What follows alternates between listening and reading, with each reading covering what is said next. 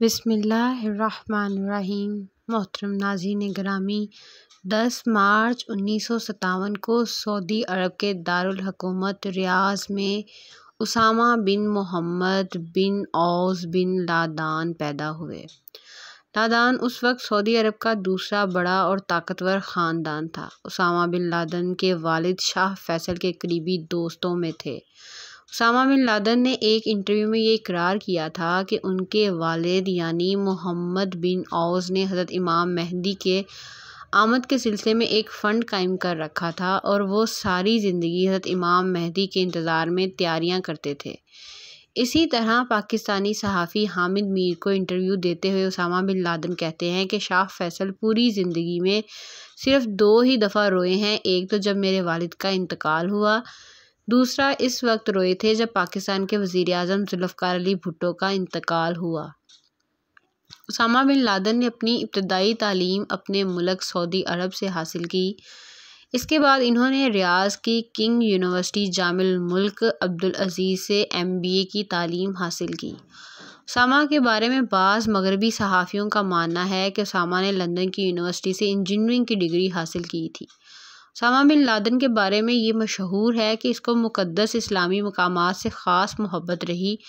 اس کو مسجد حرام اور مسجد نبوی سے انتہائی عقیدت تھی۔ ان کی تعمیراتی کام شاہ فیصل نے شروع کروایا تھا۔ اسامہ بن لادن کے بارے میں یہ بھی کہا جاتا ہے کہ انہوں نے اس کام میں ذاتی طور پر دلچسپی لی۔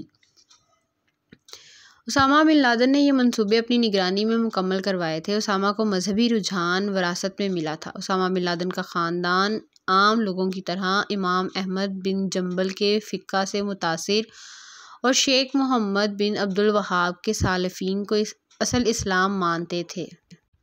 اسامہ بن لادن نے پہل شہزادوں کی زندگی بسر کی، لیکن وقت کے ساتھ ساتھ اسامہ اپنے آپ کو تبدیل کرتے رہے۔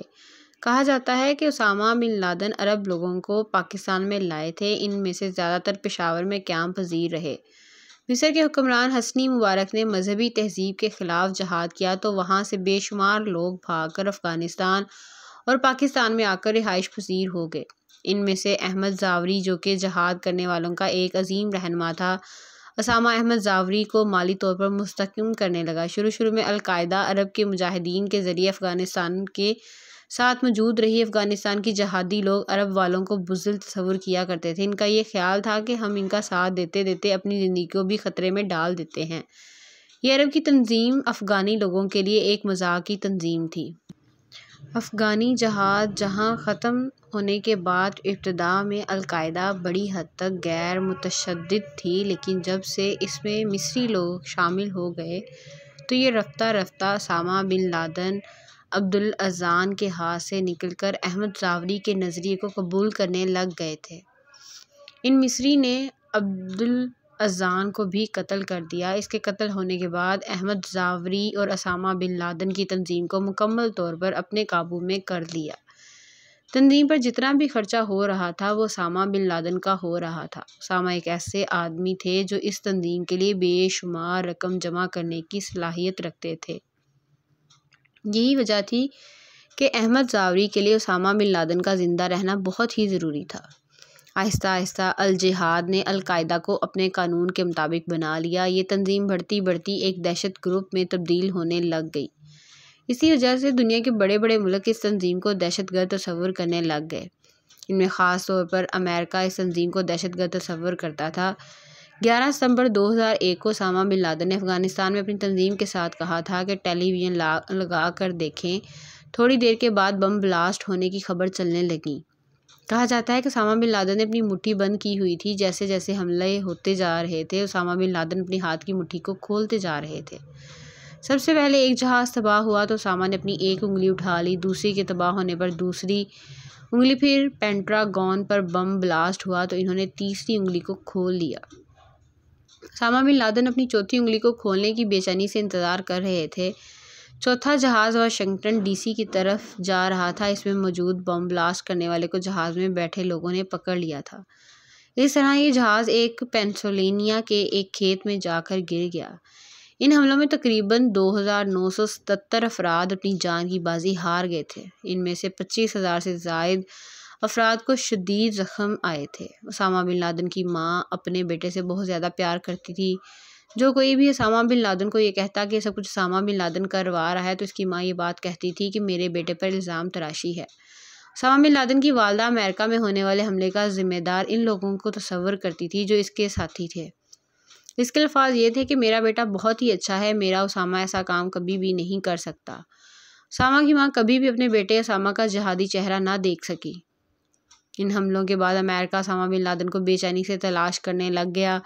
امریکہ بڑی کوششوں کے بعد اسامہ کو پکڑنے میں کامیاب ہو گیا۔ امریکی فوجیوں نے اسامہ بن لادن کو پاکستان کے ایک شہر ایبٹ آباد میں شہید کر دیا۔ ان فوجیوں نے اسامہ کی لاش کو ایک سمندر میں پھینک دیا۔ اسامہ کے بارے میں ایک امریکی نے حال ہی میں یہ بیان دیا ہے کہ امریکہ نے القاعدہ کے رہنما اسامہ بن لادن کو مارنے کے بعد اس کی میت کو سمندر میں دفن کر دیا۔ دوسری طرف واشنگٹن نے یہ بیان بھی ریکارڈ کروایا کہ اسامہ بن لادن کو سمندر کے اہل جزیرے میں دفنایا گیا ہے۔ امریکی حکام کا یہ کہنا تھا کہ کوئی بھی ملک اسامہ بن لادن کو اپنے ملک میں دفن کرنے کی اجازت نہیں دے رہا تھا۔ اس حوالے سے سعودیہ کے حکمرانوں سے بات چیت کی گئی لیکن انہوں نے بھی لاش کو وصول کرنے سے انکار کر دیا۔ اس لیے اسامہ کی میت کو اسلامی اصول کے مطابق سمندر کے ایک ذریعے میں دفنا دیا گیا۔ لوگوں کا یہ کہنا تھا کہ لاش کو 24 گھنٹوں کے اندر دفن کرنا ہوتا ہے۔ اس تھوڑے سے وقت میں اسامہ کو دفن کرنے کے لیے جگہ تلاش کرنا بہت ہی مشکل تھا۔ اس موقع پر جگہ ملنا مشکل ہی نہیں ہوئی بلکہ ناممکن تھی۔ امریکہ کے ایک بیان کے مطابق اسامہ کی لاش کو اسلامی قوانین کے مطابق سمندر میں دفن کر دیا گیا تھا۔ پینٹاگون میں بریفنگ دیتے ہوئے فوج کے سینئر نے کہا کہ اسامہ کی لاش کو غسل دینے کے بعد امریکی بری جہاز USS کورل وینس میں منعقدہ ایک تقریر میں سفید کفن دیا گیا۔ ایک فوجی کا کہنا ہے کہ اسامہ کی میت کے پاس تلاوت قرآن پاک کی گئی جس تلاوت کا ترجمہ عربی سے انگلش میں کیا گیا تھا۔ اس کے بعد لاش کو ایک باکس میں سیل کر کے سمندر کے حوالے کر دیا تھا۔